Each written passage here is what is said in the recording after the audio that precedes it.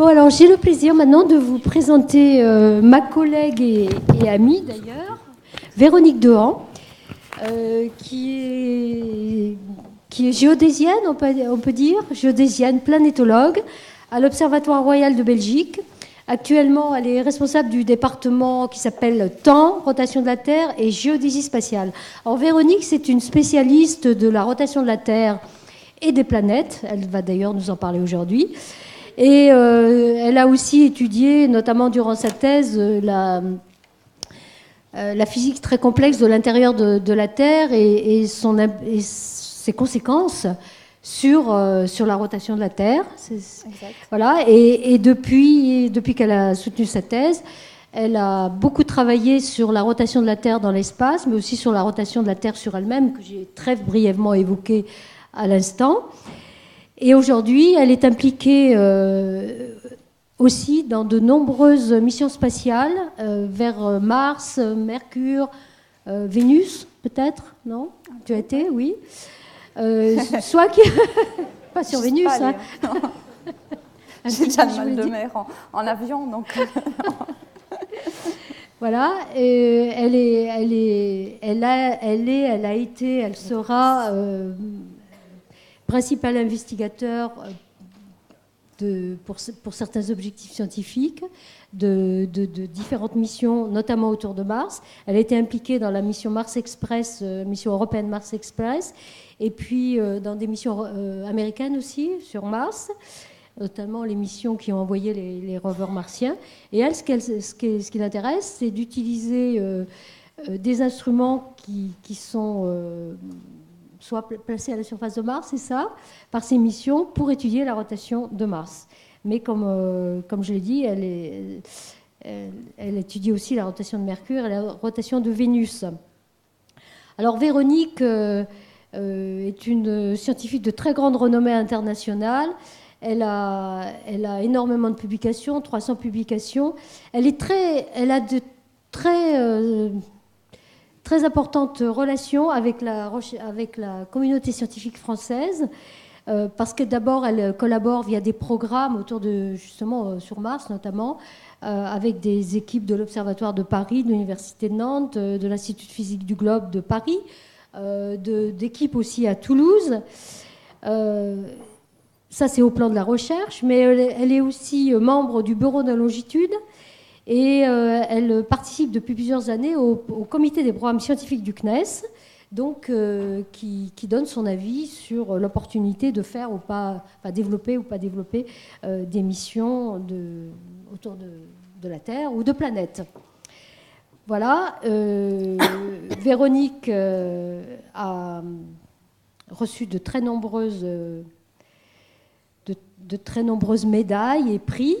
Alors, je ne vais pas tous les lister, mais je voudrais juste dire qu'elle est membre de l'Académie royale de Belgique et que, comme en France, en fait, il existe, et ça je l'ai découvert en parlant avec elle tout à l'heure, un collège qui ne s'appelle pas le Collège de Belgique, mais qui s'appelle le Collège Belgique, qui fonctionne un peu comme le Collège de France, mais qui, contrairement au Collège de France, lui, en Belgique, est associé étroitement avec l'Académie des sciences. Et Véronique y contribue de manière extrêmement active en y donnant des cours très régulièrement depuis plusieurs années. Alors j'ai sûrement oublié plein de choses, mais vous allez l'écouter et vous verrez. Et oui, je voudrais juste dire que pour finir, que j'ai appris aussi tout à l'heure qu'elle a écrit récemment un livre grand public qui s'appelle « Habiter sur Mars », qui est en français, qui est disponible sur le site de l'Académie des sciences de Belgique et que je lirai avec plaisir. Voilà. Donc je lui laisse la place et puis je suis désolée pour le retard. Pas de souci. Bonjour à tous, je suis très honorée d'avoir été invitée ici au Collège de France et j'espère répondre à vos attentes et à vos questions concernant la rotation de la Terre et des planètes, même des lunes aussi. Alors, la rotation de la Terre sur elle-même, elle s'effectue en 24 heures. Ça, tout le monde le sait, on regarde ses montres, on voit le soleil qui passe, les étoiles qui passent, 24 heures. Dans la pratique, évidemment, c'est beaucoup plus compliqué que ça. Si vous regardez bien la rotation de la Terre, maintenant, l'animation vous montre que, par moment, la Terre est accélérée, Par d'autres moments, elle est freinée. D'autre part, son orientation dans l'espace change par rapport aux étoiles. De plus, si vous regardez bien les continents par rapport à l'axe de rotation, les continents par rapport à l'axe de rotation changent. On a ce qu'on appelle un mouvement du pôle. Donc, dans son ensemble, la Terre tourne effectivement en 24 heures sur elle-même, mais dans la pratique, c'est quelque chose de bien plus complexe, avec un ensemble de phénomènes qui entrent en jeu, qui sont des phénomènes liés à la géodynamique, à la dynamique de l'intérieur et de l'atmosphère de la Terre, et qui sont un peu les mêmes phénomènes dont Annie vous a parlé pour la déformation de la Terre. C'est évidemment les mêmes qui rentrent en jeu. Cette image-ci, vous l'avez déjà vue dans l'exposé d'Annie Cazenave. Cette image représente la rotation de la Terre sur de longues échelles de temps. On retrouve ici 24 heures de rotation de la Terre en 365 jours, c'est l'heure actuelle, c'est le présent. Dans le passé, on va jusqu'à 22 heures par jour et 400 jours par an, donc la Terre tournait beaucoup plus vite. Qui est la coupable ? Bien, la coupable, c'est la Lune. Annie vous en a parlé. Et la Lune, en fait, exerce une force d'attraction qui déforme la Terre. Et la Terre emmène le bourrelet de déformation avec elle dans sa rotation. Et la Lune le rappelle tout le temps. Et en rappelant ce bourrelet, elle freine la rotation de la Terre sur elle-même, comme Annie vous l'a expliqué. Alors, ça, c'est sur le long terme. Mais la rotation de la Terre change également sur le plus court terme et même le moyen terme. Maintenant, on va regarder dans le moyen terme sur des échelles de temps un petit peu plus courtes que ces millions d'années. On va regarder dans une échelle décennale. Les variations décennales, si on les représente, on voit que sur quelque chose comme une centaine d'années, on a de larges variations qui vont de quelques millisecondes, comme l'indique cette diapositive. Donc ici, on a sur 20 ans, par exemple, on a quelques millisecondes. Qui est le coupable ? Eh bien, le coupable, c'est le noyau. C'est le noyau de la Terre qui effectue un freinage ou une accélération de la rotation de la Terre.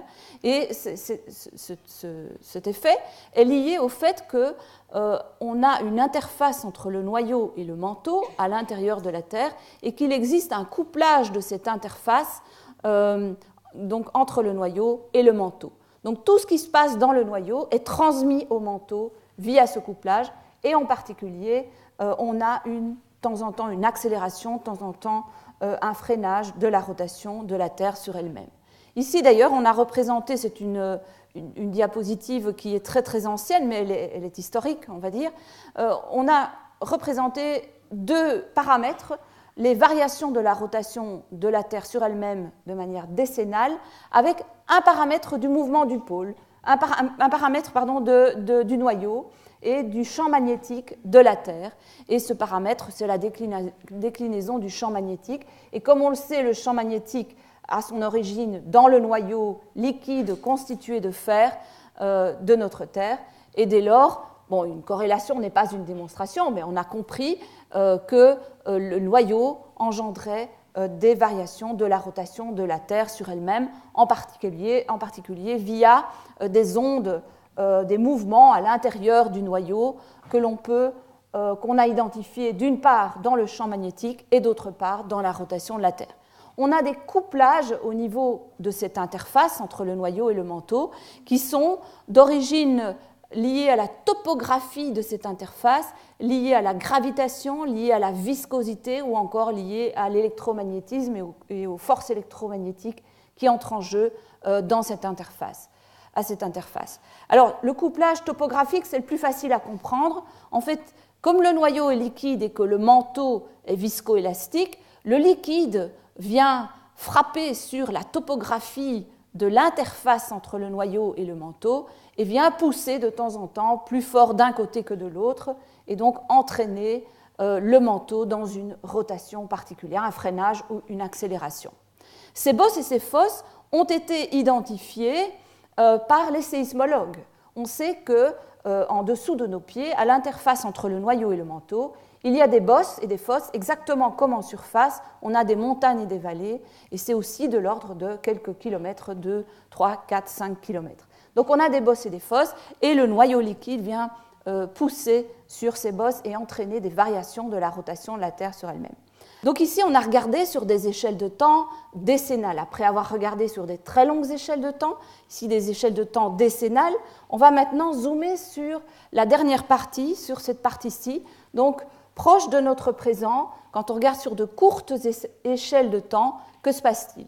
Eh bien, on voit qu'on a des variations également, et on repère déjà ici des variations qui sont de type saisonnière, donc annuelles. On voit ici, on a 10 ans, on voit à peu près 10 oscillations, des variations annuelles saisonnières. Évidemment, ça nous fait penser à, puisque on parle de saison, ça nous fait penser évidemment à l'atmosphère et au climat. Et en effet, qui est la coupable de ces variations de la rotation de la Terre sur elle-même? C'est l'atmosphère cette fois. Ici, pour vous en convaincre, on a représenté les variations de la longueur du jour en bleu, observées en rouge ici, et les variations de la longueur du jour calculées au départ d'un modèle d'atmosphère en bleu. Et vous voyez que les courbes correspondent grosso modo. Donc on a vraiment des variations de la rotation de la Terre qui sont liées à l'atmosphère. Voilà, ici on a un zoom, évidemment, sur cet effet. Ça ne colle pas tout à fait, parce que l'atmosphère n'est pas entièrement responsable, mais c'est quand même elle qui est responsable d'une grosse partie des variations de la rotation de la Terre. Alors à quoi c'est dû? On a de nouveau, exactement comme à l'interface entre le noyau et le manteau, on a de nouveau un ensemble de couples de forces qui agissent et changent la rotation de la Terre. Le premier est un couple de forces lié à la friction du vent sur la surface. Le deuxième, c'est celui lié à la topographie. Quand l'atmosphère et les vents viennent pousser plus fort d'un côté que de l'autre d'une montagne, on change la rotation de la Terre, tantôt dans un sens, tantôt dans l'autre. Il y a également des forces gravitationnelles entre les masses à l'intérieur de la Terre et les masses dans l'atmosphère. Et ce couplage change également la rotation de la Terre sur elle-même. On a un transfert de moment angulaire entre l'atmosphère et la Terre, exactement comme on l'avait tout à l'heure avec le film de Fantasia entre le crocodile et l'hippopotame. Si maintenant on enlève des variations de la rotation de la Terre à un modèle lié à l'atmosphère, voilà ce qui reste. Donc ici, ce sont des variations de la rotation de la Terre qui ne sont pas expliquées par l'atmosphère. Quand on regarde bien ça, eh bien on voit qu'on a des phénomènes qui sont en phase avec certains événements dans l'océan. Les événements, la Nina, El Niño, qui sont des grands mouvements de masse dans l'océan. Donc il reste encore des anomalies qu'on peut expliquer par l'océan. Et donc l'océan est aussi un des responsables de la variation de la rotation de la Terre sur elle-même. Donc on a un ensemble extrêmement complexe qui fait intervenir l'atmosphère, l'océan et les frictions de l'atmosphère sur l'océan, les effets de gravitation entre l'atmosphère, l'océan, la Terre solide, et tout cet ensemble de phénomènes agit pour faire varier la rotation de la Terre sur elle-même. Ça, c'est la composante de la variation de la rotation de la Terre sur elle-même. C'est ce qui change notre durée du jour. Au lieu de tourner en 24 heures, on tourne avec quelques millisecondes en moins. Mais il y a autre chose que je vous ai montré au tout début de l'exposé, ce sont des variations liées à l'axe de rotation lui-même. L'axe de rotation lui-même change dans l'espace et change aussi dans la Terre elle-même. C'est ce qu'on appelle le mouvement du pôle. Si je me mets sur le pôle et que je regarde où est l'axe de rotation, je vais le voir tourner autour de moi, c'est très fictif ici, dans un carré d'environ 20 mètres de côté. Ici, évidemment, on a bien exagéré. Mais donc, si je me mets au pôle et que je regarde où est l'axe instantané de rotation, donc l'axe autour duquel la Terre tourne, eh bien, cet axe fait un mouvement qu'on appelle le mouvement du pôle et que Annie vous a montré tout à l'heure, qui est représenté ici, donc dans un carré de 20 mètres de côté. Il y a actuellement sur le site de l'Observatoire de Paris la possibilité d'aller voir en permanence la position du pôle. Donc en tout moment, vous rentrez l'heure, l'époque, et il vous donne la position du pôle et vous pouvez faire dessiner le pôle et même voir les variations de la rotation de la Terre sur elle-même. C'est extrêmement intéressant. Voilà un zoom sur les dernières années où on voit que le pôle, finalement, donc il varie, si je reviens à la diapositive précédente, il est une combinaison entre deux mouvements, un mouvement saisonnier annuel et un mouvement d'environ 435 jours qu'on appelle le mouvement chandlérien et qui est lié à un mode de vibration de la Terre sur elle-même et lié à l'aplatissement de la Terre. Et donc ce mode de vibration entre en résonance avec des effets atmosphériques et on a un effet qui de temps en temps vient contrebalancer l'effet saisonnier et de temps en temps vient l'augmenter de sorte qu'on tourne dans un carré d'environ 20 mètres, 15 à 20 mètres de côté. Ça, c'est pour le mouvement du pôle. Maintenant, si on veut regarder la Terre dans sa rotation vue de l'espace, bien, voilà ce qu'on obtient. Voilà. J'ai craint que mon film ne marche pas. Donc, si je regarde l'axe de rotation et la Terre vue de l'espace, je vois qu'elle fait des petites variations comme ceci, et même des larges variations dans l'espace sur le long terme. Ça, c'est ce qu'on appelle le phénomène de précession et de nutation. Si je regarde par rapport aux étoiles, je vais voir par rapport aux étoiles, maintenant je ne suis plus au pôle, mais je suis par rapport aux étoiles, je vais voir l'axe de rotation de la Terre tourner par rapport aux étoiles et faire un mouvement comme ceci dans l'espace, dans un carré d'environ 600 mètres de côté. Et les variations de la précession sont extrêmement importantes. Il y a quelques dizaines d'années, on pouvait faire un modèle très simple lié aux forces qui entrent en jeu et lié à l'intérieur de la Terre. On calculait un modèle et puis on comparait aux observations. Et puis, une fois qu'on a comparé aux observations, on voit que le modèle n'est pas encore très satisfaisant. Donc on revient à la théorie, on essaye de comprendre quels sont les phénomènes qui entrent en jeu pour expliquer ce qu'on observe. Et c'est toujours comme ça qu'on procède. On compare modèle et observation et on essaye d'expliquer ce qu'on observe par la théorie et de comprendre évidemment la physique de l'intérieur de la Terre. Alors quel est le phénomène qui entre en jeu? Le phénomène de précession et nutation. Donc on a la Lune et le Soleil qui exercent une force gravitationnelle dans ce sens-ci. En vert.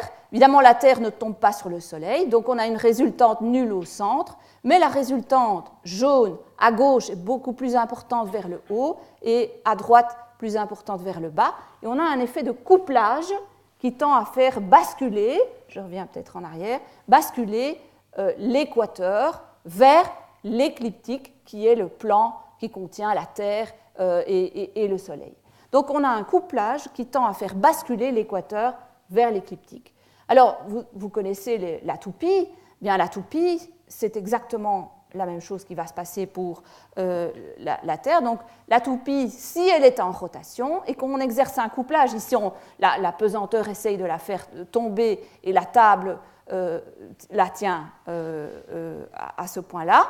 D'accord ? Donc on a un effet de couplage qui tend, si la toupie ne tombe pas, je la dépose comme ça, elle tombe sur la table. Donc ça tend à faire basculer l'axe de rotation de la toupie. Mais la Terre tourne, mais la toupie tourne, et donc elle fait un mouvement dans l'espace qu'on appelle le mouvement de précession dans l'espace. Bien sûr, pour la Terre, ça se fait autour de la perpendiculaire à l'écliptique, le plan entre la Terre et le Soleil. Donc ici, j'ai la perpendiculaire en bleu, et l'axe de rotation de la Terre, qui est en rouge, fait ce large mouvement de précession dans l'espace en 26 000 ans. C'est ce qui fait que notre étoile polaire, qui à l'heure actuelle, si je regarde dans le ciel, la direction du pôle de rotation, c'est bien notre étoile polaire, mais dans le passé, ce n'était pas toujours le cas. Donc, pour l'instant, on a la chance d'avoir l'étoile polaire pile au-dessus de l'axe de rotation. Mais ce n'est pas un phénomène qui est très intéressant pour étudier l'intérieur de la Terre. Ce qui est intéressant, c'est qu'en plus de ce couplage constant, on a des variations de cet axe de rotation dans l'espace des variations qui sont appelées les nutations, qui sont périodiques. Et elles sont dues au fait que, évidemment, la Terre, par rapport au Soleil, sa distance change en fonction du temps, hein, et donc on a des variations qui sont périodiques, avec des périodes qui sont les périodes orbitales de la Terre autour du Soleil, ou bien de la Lune autour de la Terre. C'est ce qu'on appelle les nutations. Donc ce sont des petites variations de l'orientation de la Terre dans l'espace, et qui sont quand même assez importantes. Donc voilà, on a une représentation ici des nutations dans le sens des variations de l'obliquité, et on a également la même chose dans le sens des variations qu'on dit en longitude, donc le long de la précession. Et si on combine les deux, on a des variations comme ceci dans l'espace, dont la plus large période est 18 ans 6, qui est la nutation de Bradley, qui a donc 18 ans 6, qui est la période du nœud de la Lune. Et donc on retrouve évidemment l'ensemble des périodes orbitales. Ces variations de la rotation de la Terre dans l'espace, elles sont observées. Et elles sont observées par d'énormes engins qui sont des radiotélescopes. Et on fait ce qu'on appelle du Very Long Baseline Interferometry. Annie vous en a parlé aussi, donc VLBI, au départ de ces antennes. Et qu'est-ce qu'on observe? On observe des quasars. Et les quasars sont des objets tellement éloignés dans le ciel qu'on n'a pas pu mettre de mouvement propre en évidence, ou quasi pas. Donc ce sont vraiment des phares dans le ciel qui sont des points fixes dans l'espace. Et en observant ces quasars, évidemment, on obtient de l'information sur l'orientation de la Terre dans l'espace et la rotation de la Terre sur elle-même. Comment ça se passe? Évidemment, les quasars, ils émettent dans toutes les longueurs d'onde, y compris le visible et y compris les ondes radio. Et c'est ça qu'on va mesurer avec ces grands télescopes. Donc on va utiliser les ondes radio avec ces grands télescopes et on va mesurer des délais d'arrivée de ces ondes radio. Alors voilà comment ça se passe. Donc j'ai à droite ici un quasar et à gauche la Terre avec les radiotélescopes. Donc ils émettent dans toutes les longueurs d'onde, y compris les ondes radio. Okay. Ces ondes arrivent sur Terre. L'onde rouge, par exemple, elle arrive en premier lieu à cette station-ci, en deuxième lieu à cette station-là. Et donc, on arrive avec, par exemple, une onde bleue ici, d'abord ici, et puis ici. Et on va mesurer le temps d'arrivée à ces différentes stations. Et on mesure le délai de temps entre les temps d'arrivée entre cette station-là et cette station-là. Puisqu'on a la distance ici, c'est une onde radio, donc elle parcourt des distances à la vitesse de la lumière.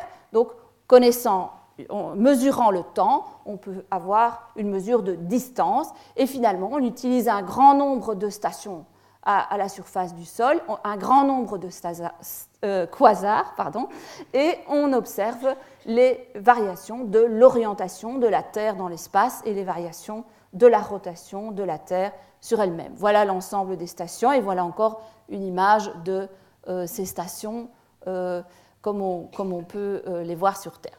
Alors, qu'est-ce qu'on fait? Évidemment, ces nutations qui sont observées, on peut aussi les calculer. Comment est-ce qu'on les calcule? Eh bien, on prend un modèle de l'intérieur de la Terre qui contient une graine solide, un noyau liquide constitué de fer et qui est à l'origine du champ magnétique, un manteau viscoélastique, une croûte, et tout ça, on va utiliser en travaillant avec les forces qui sont les forces extérieures de la Lune et du Soleil, et on calcule la réponse de la Terre à ces forces, et on obtient les nutations. Et à ce moment-là, il faut évidemment prendre en compte encore les effets de l'atmosphère et éventuellement de l'océan et corriger de ces effets. Tout ça, ça rentre en jeu. Et une fois qu'on a tout ça, on peut commencer à observer et à comparer aux observations. La comparaison va nous donner évidemment alors des informations sur le modèle qu'on a utilisé, et en particulier sur l'intérieur de la Terre, qui est ce qui m'intéresse au premier chef. Vous connaissez cette expérience, vous prenez un œuf cuit et un œuf non cuit et vous les faites tourner, ils tournent de manière différente. Eh bien, c'est exactement ça pour la rotation de la Terre. On regarde comment la Terre tourne, comment son orientation change dans l'espace, et on a de l'information sur l'intérieur profond de la Terre. Donc là, j'espère que avec cette image, vous avez bien compris que mon objectif n'était pas simplement d'observer la rotation de la Terre, mais d'essayer de comprendre la physique de l'intérieur profond de la Terre. Donc la Terre, elle contient une graine, elle est ellipsoïdale, déjà, Annie vous en reparlera le cours prochain, donc elle est aplatie à cause de sa rotation. Elle contient une graine solide, il faut prendre ça en considération. Les séismologues nous donnent les dimensions de tout ça, hein. Un noyau liquide, un manteau viscoélastique, hein, même très inélastique, et aussi des modes de vibration. Hein, si vous prenez une corde de guitare et que vous la pincez, elle se met à résonner à certaines fréquences, étant donné sa forme et sa structure. La Terre, c'est la même chose. Elle va résonner, elle va vibrer à certaines fréquences, étant donné sa forme et sa structure. Et en particulier, la nutation libre du noyau, c'est un mode de vibration de la Terre, est lié va influencer les variations de la rotation de la Terre sur elle-même. Et comme il fait intervenir, ce mode propre fait intervenir le noyau et le manteau, et l'interface entre le noyau et le manteau, on a des informations sur cette interface, ce qui est très intéressant.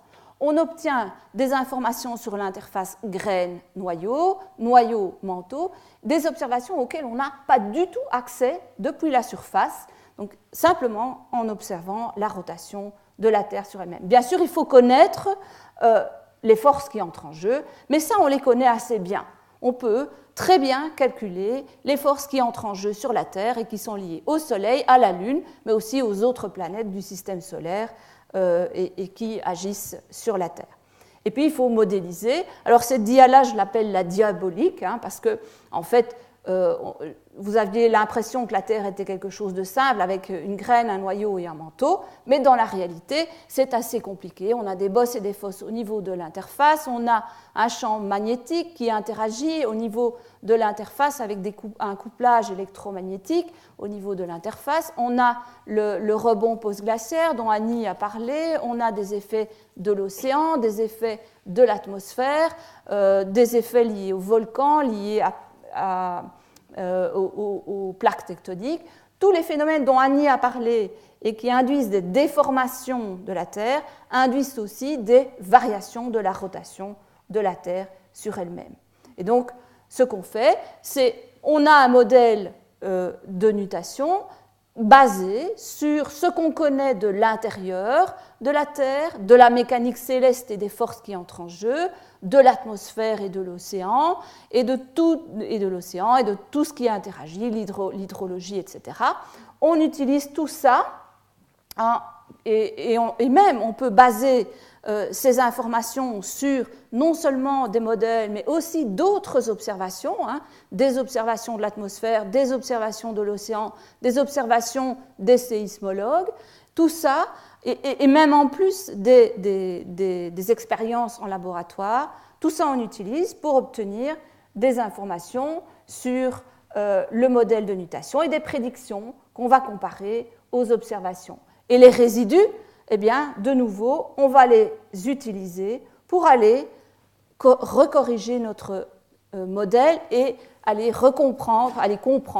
mieux comprendre les phénomènes de la physique de l'intérieur et de l'extérieur de la Terre, afin de voir le système Terre en un seul morceau et de bien comprendre ce qui se passe. Donc ça résume la partie de la Terre qui est liée à cet exposé. Je vais passer aux planètes maintenant. Et pour résumer, je dirais simplement que la rotation de la Terre est fortement liée à la géophysique et non seulement à la géophysique interne, mais aussi à la géophysique liée à l'atmosphère et à l'océan, et que ça nous permet, et que l'observation nous permet de mieux comprendre la physique de l'intérieur de la Terre. Mais si je regarde l'évolution d'une planète, la Terre, on la connaît finalement relativement bien. On sait, grâce aux séismologues, qu'on a une graine solide, un noyau élastique, etc. Dans les autres planètes, on n'a pas beaucoup d'informations, on a simplement des observations visuelles au départ des astronomes et des sondes spatiales qui tournent autour de ces planètes. Et donc, ce qu'on va voir maintenant, c'est comment les observations de la géodésie spatiale peuvent nous aider à mieux comprendre ce qui se passe à l'intérieur des planètes. En particulier à l'intérieur des planètes, on ne sait même pas où on est dans l'évolution. Sur Terre, on sait qu'on a une graine solide, un noyau liquide, un manteau viscoélastique, une croûte, etc. Par exemple, sur Mars, on ne sait pas trop où on est. On pourrait être dans un état où on a un noyau complètement liquide ou complètement solide ou avec une graine solide. Donc, toute cette information, c'est intéressant à savoir. Pourquoi ? Parce que ça nous donne des informations sur l'évolution temporelle de ces planètes et donc l'évolution globale du système solaire et en particulier de la Terre. Alors, il y a une planète qui est très semblable à la Terre. Pourquoi est-elle semblable ? Parce qu'elle tourne avec une vitesse de rotation très proche de celle de la rotation de la Terre. C'est la planète Mars. En effet, Mars est beaucoup plus éloignée du Soleil, donc elle tourne autour de la Terre, du Soleil en 687 jours, à peu près 2 ans Terre, alors que la Terre tourne en 1 an autour du Soleil, mais elle tourne sur elle-même en un peu plus de 24 heures. Donc une rotation rapide. Puisque c'est une rotation rapide, c'est un corps qui est aplati. Et en plus, la planète Mars est penchée par rapport à l'écliptique. Donc pour la Terre, on sait qu'on a un angle entre l'équateur et l'écliptique d'environ 23 degrés 27 minutes. Eh bien pour Mars, c'est 25 degrés. Donc elle est aussi penchée. Elle tourne, elle est penchée, on a des forces gravitationnelles, donc on va avoir le même phénomène que sur Terre, la nutation. Alors ça, c'est un phénomène qui est évidemment extrêmement intéressant, puisque lui, il va nous donner des informations sur l'intérieur de la planète Terre, de la planète Mars. Revenons à la Terre, je résume ce qu'on a dit. La Terre, au départ, on avait un équilibre, mais cet équilibre est perturbé parce qu'on a des forces gravitationnelles qui viennent la déformer, une atmosphère et un océan qui viennent la déformer, qui viennent en plus lui faire un mouvement du pôle, qu'on a vu.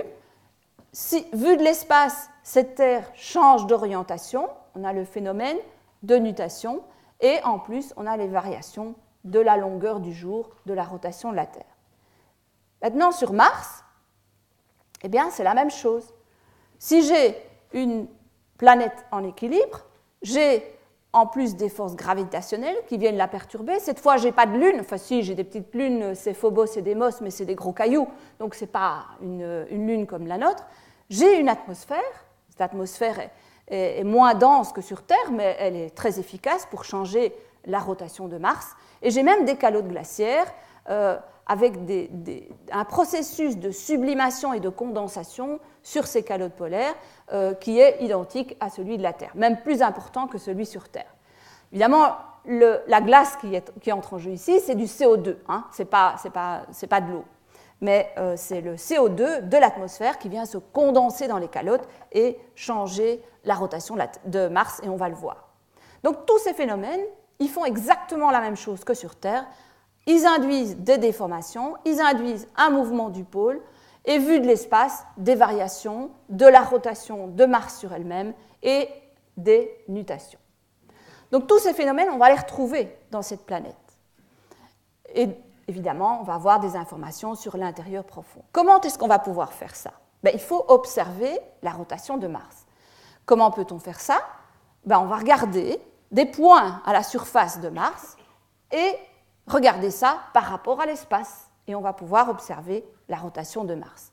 Comment fait-on ? On observe avec des sondes spatiales qui sont en orbite autour de Mars, on observe la surface de Mars, ou on observe aussi directement des stations qui seraient, ou des rovers, ou des atterrisseurs en tout cas, qui seraient à la surface de Mars, via une sonde, ou même avec des liens directs entre ce qu'il y a à la surface de Mars et la Terre. Et c'est grâce à ça qu'on va pouvoir avoir les variations de la rotation de Mars dans l'espace. Alors, j'ai fait un peu un court-circuit, je vous ai dit on observe. Qu'est-ce que ça veut dire? Ici, on va travailler avec le même système que le système Doris dont Annie a parlé, c'est-à-dire qu'on va travailler avec des effets Doppler sur les radiofréquences. Qu'est-ce que l'effet Doppler? L'effet Doppler, quand vous avez une Formule 1 qui passe, ça fait un bruit. Et en écoutant, vous pouvez vous dire « Ah ben là, elle est là, etc. » Donc vous pouvez, rien qu'avec le bruit, en écoutant l'effet Doppler sur le bruit, vous pouvez positionner la Formule 1 dans l'espace, enfin sur Terre. Ici, c'est la même chose. On a un signal radio et on va avoir un effet Doppler sur le signal radio, et c'est ça qu'on va mesurer pour faire du positionnement et obtenir la position et la vitesse de Mars dans l'espace. Donc ici, on a une représentation d'un lien radio entre un lander et un satellite, où on a un effet Doppler sur le signal radio qui est mesuré sur le lander, ou inversement, on émet depuis le lander vers la surface, ou depuis le satellite vers la Terre, et on combine tout ça pour obtenir les variations de la rotation de Mars dans l'espace. Alors c'est ça que cette animation-ci vous montre. Donc la Terre dans l'espace, on connaît très très bien, je vous l'ai montré avec le VLBI. On a maintenant Mars dont on voudrait connaître la rotation et l'orientation dans l'espace. On a des liens radio entre des atterrisseurs et les satellites, le satellite et la Terre, ou encore entre les atterrisseurs et la Terre. Et donc, tous ces liens radio, on les utilise pour reconstituer l'orientation de Mars dans l'espace. Alors, avant de vous dévoiler ce qu'on peut obtenir comme information sur la nutation de Mars, revenons un peu sur ce que les sondes spatiales en orbite autour de Mars peuvent nous apprendre sur la structure interne et même sur la rotation. Ici, on a une animation d'un satellite qui est en orbite autour de Mars. Et en fait, simplement en regardant comment Mars tourne en dessous du satellite, vous avez une information sur la rotation de Mars. Donc on n'a même pas besoin d'aller déposer des petits atterrisseurs à la surface, mais bien sûr, cette simple visualisation ne nous donne pas beaucoup d'informations, ou en tout cas pas des informations très très précises sur la rotation de Mars. Mais quand même, on a pas mal d'informations. Mais oublions pour l'instant, à un moment donné, la rotation de Mars. On va la figer, là, normalement, voilà.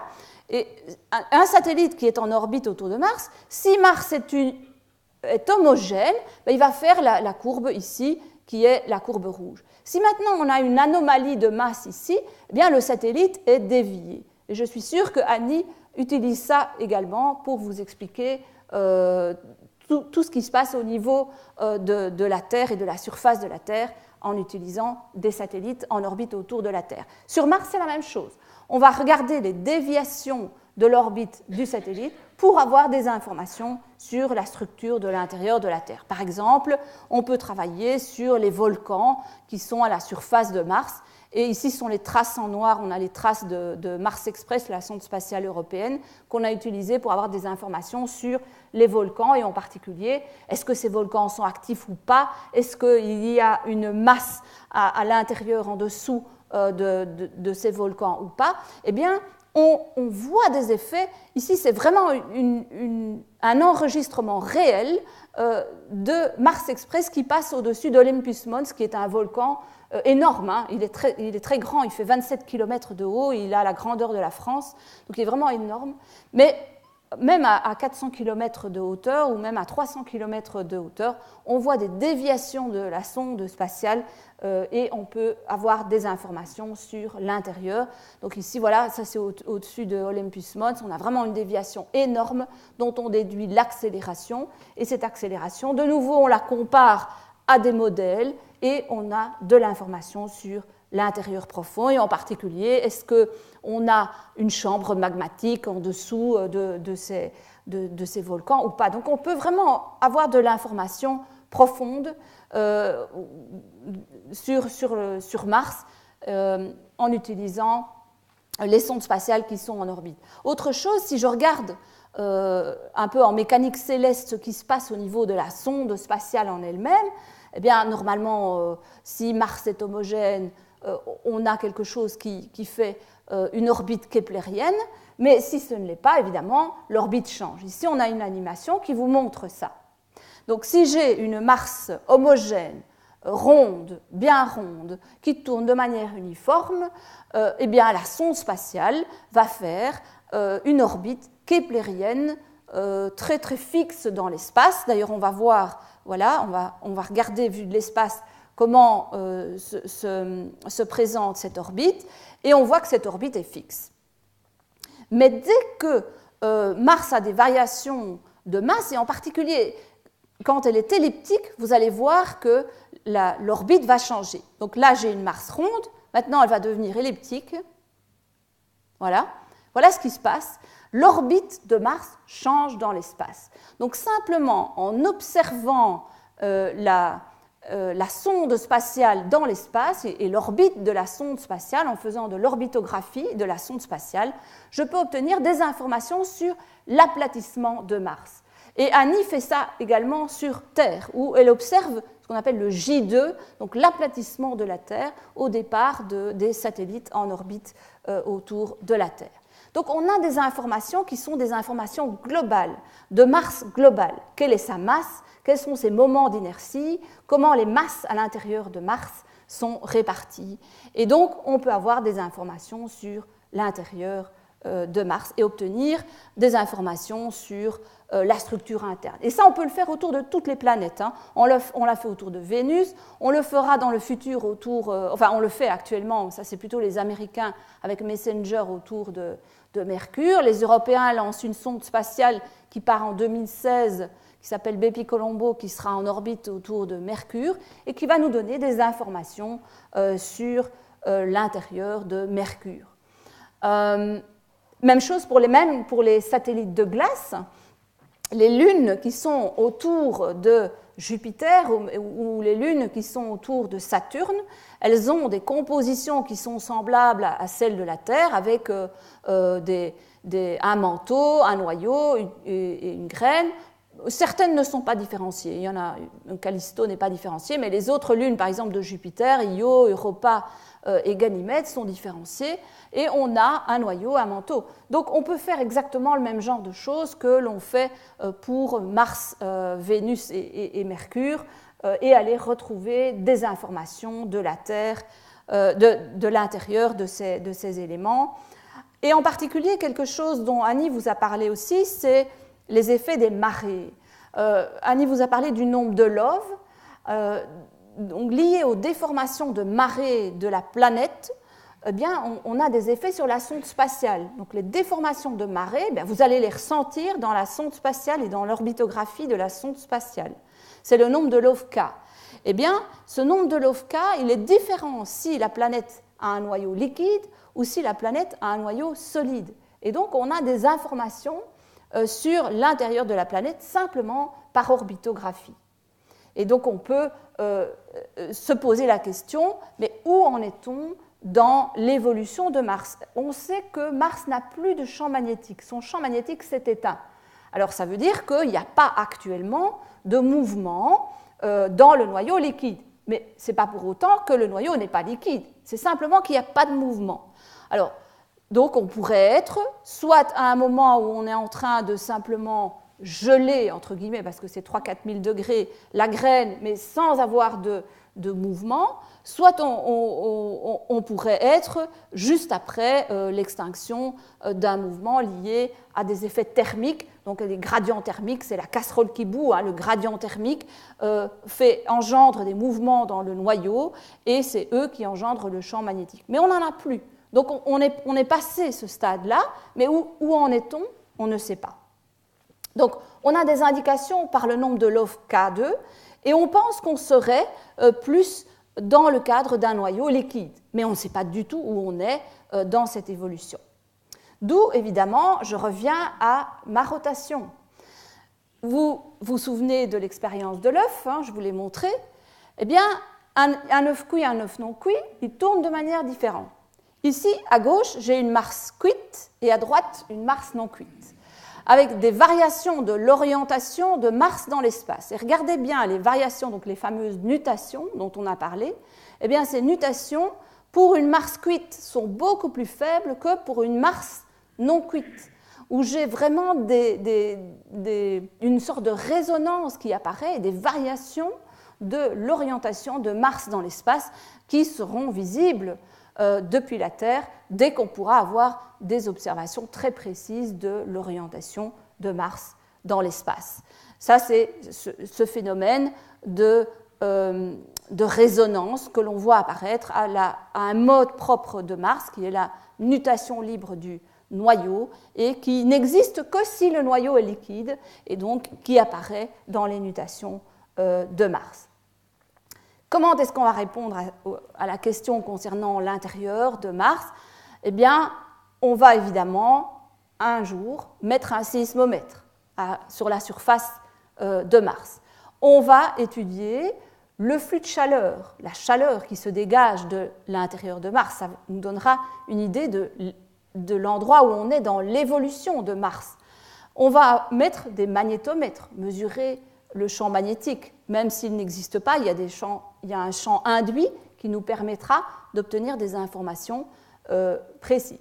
Et on va faire des mesures de radioscience, donc le signal radio dont je vous ai montré des simulations tout à l'heure, en mettant un transpondeur en bande X, donc c'est un instrument capable de recevoir et de renvoyer des ondes radio vers la Terre, eh bien on va pouvoir obtenir les variations de la rotation de Mars dans l'espace. Alors la France peut être très fière parce que en 2016, on va envoyer une mission qui est une mission américaine qui s'appelle InSight, donc intérieur, et le séismomètre, donc l'instrument principal de cette mission, est français. Alors, c'est Philippe Lognonnet qui est le chercheur principal, il est à l'IPGP, et donc c'est lui qui vous donnera des informations en 2016. Donc voilà, InSight, c'est une reproduction d'une sonde spatiale qui a été lancée en 2007, qui s'appelait Phoenix et qui a gratté la surface du sol martien dans les calottes polaires. On a simplement repris le même design et on a remplacé les instruments en y mettant un séismomètre, une mesure du flux de chaleur et un transpondeur en bande X pour obtenir des informations sur la rotation de Mars. Et donc, on va avoir des informations sur le manteau, sur le noyau et sur la croûte, et même des informations sur l'évolution de la structure interne, la stratification, la densité, les dimensions, l'état physique du noyau, du manteau et de la croûte par tous ces instruments. Alors, la première chose qu'on va faire avec le transpondeur, et la première chose qu'on va voir avec le transpondeur, et on le voit déjà dans les missions actuelles, les Mars Exploration Rovers, Spirit et Opportunity, qui sont actuellement à la surface de Mars, eh bien, par moment, ils sont fixes par rapport à la surface. Spirit a eu sa roue coincée pendant un certain temps. Donc, on a des points fixes à la surface de Mars. On a utilisé le signal radio pour observer la rotation de Mars. Et on obtient déjà des informations. Et quel est le phénomène qu'on voit en premier lieu? C'est celui-ci. Je vous ai dit que la rotation de Mars changeait et qu'on a des phénomènes saisonniers, exactement comme sur Terre. En effet, on a des effets de sublimation et de condensation de la calotte polaire. Mars est penché, donc on a des saisons, exactement comme sur Terre. Donc quand c'est l'hiver dans l'hémisphère nord, la glace de CO2 de l'atmosphère vient se condenser dans l'hémisphère nord. Quand c'est l'hiver dans l'hémisphère sud, elle vient se condenser dans l'hémisphère sud. Et donc il y a un phénomène de condensation et d'évaporation du CO2. C'est à peu près un quart de l'atmosphère martienne qui entre en jeu dans ce phénomène. Je rejoue maintenant le petit film. Maintenant, regardez bien la rotation de Mars. Quand la glace vient se condenser au pôle, on tourne beaucoup plus vite que lorsque la glace se sublime dans l'atmosphère, s'évapore dans l'atmosphère. Regardez la rotation, c'est beaucoup plus lent. Maintenant, on revient condensé dans l'hémisphère nord, ça commence à tourner beaucoup plus vite. Et donc, c'est un phénomène de variation de la rotation de Mars sur elle-même qu'on peut déjà voir à l'heure actuelle. Si je regarde un point à la surface, ici de Mars, eh bien c'est un mouvement qui, d'un jour à l'autre, sur un an, ça va passer on va avoir des pics de l'ordre de 15 mètres, donc on voit ça déjà à l'heure actuelle dans les sondes spatiales qui sont à la surface de Mars, et on le voit avec les MER, Mars Exploration Rovers, et on le verra évidemment avec InSight de manière beaucoup plus précise.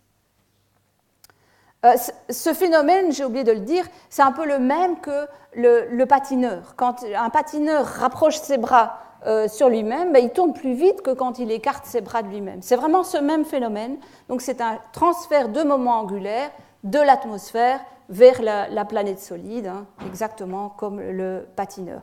Et ça correspond, si je regarde un point à la surface de Mars, ça correspond à des variations qui vont, qui vont pic à pic jusqu'à 15 mètres, donc c'est quelque chose de déjà important. Mais il y a d'autres planètes qui tournent dans le système solaire. Hein. Mars est penché, Mars a une rotation rapide, donc un aplatissement exactement comme la Terre, donc précession et nutation. Et donc finalement, Mars est assez facile à observer. Vénus est plus difficile. Vénus, c'est une planète à laquelle on s'intéresse essentiellement pour son atmosphère et pas pour son intérieur et sa rotation. Mais alors, il y a Mercure qui est particulière. Pourquoi Mercure est particulière ? Parce que Mercure a un très très large noyau. D'accord ? Mais bon, elle est aussi particulière parce qu'elle est proche du Soleil et elle est dans un état d'équilibre où on a 3 rotations de Mercure sur elle-même quand on a 2 révolutions de Mercure autour du Soleil. Donc on a une sorte de résonance entre rotation et révolution. Ici, le petit bonhomme, il était dans une direction, il fait une première rotation, voilà, il est dans cette direction-là, une première révolution, il n'a pas encore fini sa deuxième rotation, elle est là, elle finit sa deuxième rotation, et puis ici, on termine la 3e rotation, et c'est en même temps la 2e révolution. Donc, les directions sont en quelque sorte en résonance. Alors, ça c'est un phénomène qui est typique de Mercure. Ce genre de résonance, on l'a aussi sur Terre, avec la Lune et la Terre, qui sont, on dit, en résonance 1-1, parce que la Lune, elle fait une rotation en même temps qu'une révolution autour de la Terre. Et les lunes de Jupiter et les lunes de Saturne, elles sont aussi en équilibre et en résonance 1-1. Donc une rotation égale une révolution. Ça veut dire que la Lune tourne toujours la même face vers la Terre, ou les lunes de Jupiter tournent toujours la même face vers Jupiter, ou les lunes ou Titan tournent toujours la même face vers Saturne. Alors, il y a un phénomène qui est ce qu'on appelle le phénomène de libration, qui est aussi un phénomène lié aux variations de la rotation de la planète ou de la Lune sur elle-même. Et c'est lui qu'on va utiliser dans ce cas-là, dans le cas de Mercure, ou dans le cas des lunes du système solaire, on va utiliser le phénomène de libration et non plus de nutation. Il est simplement lié au fait qu'on a les lois de Kepler. Si on a une rotation uniforme, par contre, la révolution, elle n'est pas uniforme, puisque la révolution, elle est plus rapide quand on est proche du Soleil que quand on est plus éloigné. Et donc, on a pour Mercure une rotation d'environ 59 jours et une révolution d'environ 89 jours, avec un couple de forces du Soleil qui va agir et qui va faire tourner le bourrelet équatorial de Mercure et le faire changer d'orientation. J'ai aussi une simulation pour ça. Donc si j'ai la direction de la rotation de Mercure sur elle-même, voilà, et la révolution de Mercure sur elle-même, ou de la Lune autour de la Terre, hein. Et puis on a une deuxième révolution. Lorsque l'on est ici plus proche du Soleil, on va tourner plus vite que lorsque l'on est là, et donc on va avoir des variations de cet angle de rotation. Donc ça, c'était sans considérer ça. Maintenant, on va le faire avec une autre direction.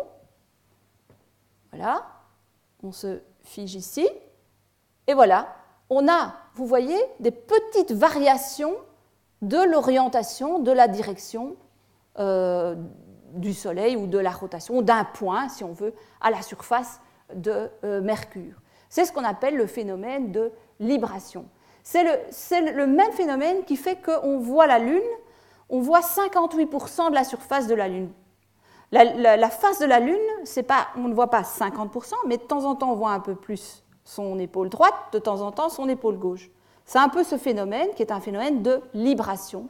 Et ce phénomène de libration, il est d'autant plus grand que le noyau est liquide. Donc, de nouveau, on va regarder les variations de la rotation de Mercure sur elle-même et on va avoir des informations sur le noyau de Mercure. Donc, si le noyau est liquide ou si le noyau est solide, eh bien, on a des variations de ces librations qui sont du simple au double. Et pour Mercure, c'est énorme parce que ça passe de 250 mètres à la surface à 500 mètres à la surface. Ça, c'est un phénomène qu'on voit vraiment, qu'on va voir et qu'on voit déjà avec Messenger. Ici, on a une simulation qui montre donc une sonde spatiale. Comment on fait, hein? Donc, on a une sonde spatiale qui orbite autour de Mercure. Je vais enlever la petite main, voilà, qui orbite autour de Mercure. À bord de cette sonde spatiale, on a un Star Tracker donc, qui permet d'orienter la sonde par rapport aux étoiles. Donc on oriente la caméra par rapport aux étoiles. Hein, donc on connaît la position de la sonde, l'orientation de la sonde dans l'espace. Et puis, clac, on va prendre une photo. On va prendre une photo de un target, hein, quelque chose, un point de la surface.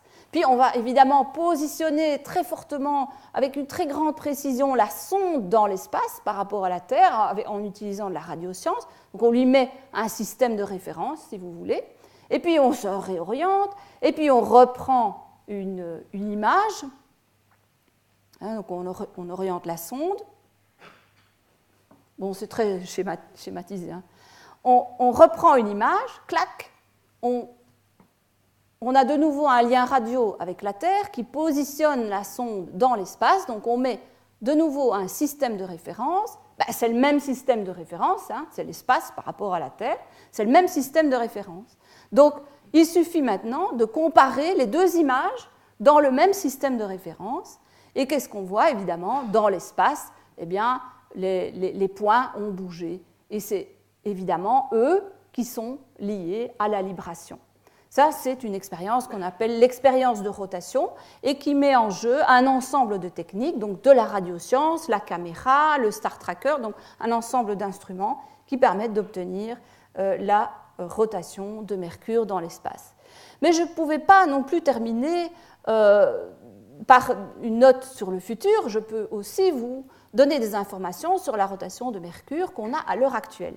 À l'heure actuelle, il y a un Belge qui est actuellement aux États-Unis, qui s'appelle Jean-Luc Margot, et il utilise les grands satellites, les grandes antennes, de grandes antennes comme ça qui sont des 70 mètres, hein, des antennes énormes de la grandeur d'un champ de football, quoi, donc c'est vraiment énorme. Et donc on observe, ce qui se passe, c'est qu'on envoie des ondes radio vers Mercure, hein, et puis on reçoit de nouveau les ondes radio, et ces ondes radio, elles sont réfléchies par la surface. Il n'y a pas besoin d'instrument, simplement par la surface.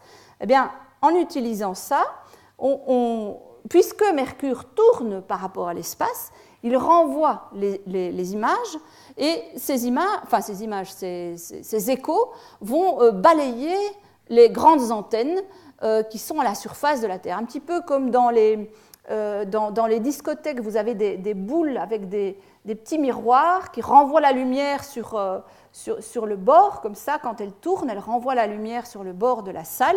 C'est un peu la même chose. Donc on a la surface qui réfléchit le rayon et qui renvoie vers la Terre, et puis on regarde où le rayon passe, et on voit des variations de la rotation de Mercure. On peut même identifier les variations de la rotation de Mercure, et on a identifié, grâce à cela, que Mercure avait un noyau liquide. Maintenant, on ne connaît pas encore sa dimension, ça on le saura quand on aura les sondes spatiales. Pour terminer les les lunes de glace. Bon, évidemment, il y en a une qui est très bien connue parce que l'Europe a déposé le petit Huygens à la surface de Titan, qui est la lune de Saturne. Mais on en a d'autres. Ici, elle est comparée en termes de grandeur à Mercure. Il y en a d'autres dans le système solaire. Il y a Ganymède, Callisto, Io, qui sont des lunes de Jupiter et Europa, pour lesquelles on va avoir une mission qui partira en 2022, qui s'appelle JUICE, Jupiter Icy Moon Explorer, et qui est une mission qui vient d'être adoptée par l'ESA et qui s'intéresse à l'habitabilité de ces mondes de glace, et notamment en dessous de la croûte de ces lunes, il y a un océan. Et donc, tout ce qui est liquide, vous avez très bien vu avec l'œuf ou avec la Terre ou avec Mercure, une couche solide et en dessous de laquelle il y a du liquide, on voit tout ça dans les rotations. On voit ça dans les déformations. Donc tout ça, on va le voir avec la rotation. Et donc, s'intéresser par exemple à Europa, avec ici c'est une image d'Europa où on voit que la surface est constituée de glace en dessous de laquelle on a un énorme océan liquide. Voilà, ici on a un zoom sur la surface où on voit d'ailleurs un phénomène très très joli qui est une forme de cycloïde comme ça à la surface d'Europa et qui est lié en fait aux effets de déformation de marée sur la couche de glace. C'est fabuleux. C'est en fausse couleur, mais c'est quand même magnifique de voir ça. Et de nouveau, comme je vous le disais, un océan liquide en dessous de la croûte, eh bien, on va le voir dans la rotation d'Europe et de Ganymède. Voilà, et je termine ici et je veux simplement vous dire que la géophysique est un domaine passionnant, la rotation de la Terre et des planètes tout autant. Et donc, n'hésitez pas à aller voir les sites internet où ces informations sont données ou à me contacter ou même à poser des questions dès maintenant. Voilà, merci de votre attention.